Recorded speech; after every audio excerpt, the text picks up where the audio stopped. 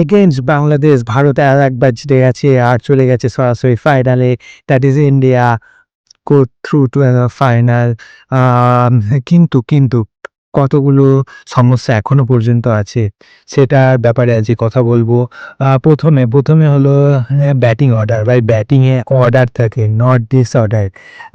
বারবার এত batting order পাল্টালে কি করে চলবে? আ কোথাও শিবম দুবেকে আগে পাঠিয়ে দেওয়া হচ্ছে, কোথাও আবার অক্ষর প্যাটেলকে আগে পাঠিয়ে দেওয়া হচ্ছে। সঞ্জু স্যামসনের তো ব্যাটিংই এলো না। এভাবে কি করে চলবে? একটা নির্দিষ্ট অর্ডারে ব্যাটিংটাকে সাজানো হোক। আর সেভাবেই চলা হোক প্রত্যেকটা ম্যাচে। সে যে টিমই আমাদের এগেইনস্টে থাকুক।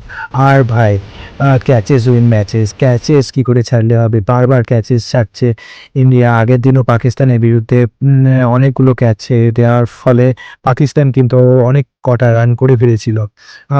কালকের ম্যাচেও সেইভাবে একইভাবে ক্যাচ ছাড়া হচ্ছে। এভাবে চললে কিন্তু চলবে না। কারণ আমরা চাই ভারত ডেফিনিটলি ভালো করছে, আরও ভালো করুক।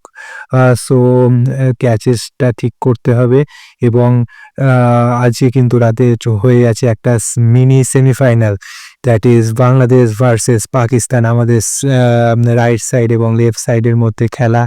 সো কে যাবে? কাকে সাপোর্ট করছেন আপনারা কমেন্টে জানাবেন এবং কার বিরুদ্ধে, ভারতের বিরুদ্ধে কে খেলবে? পাকিস্তান নাকি বাংলাদেশ? সেটাও কমেন্টে জানান।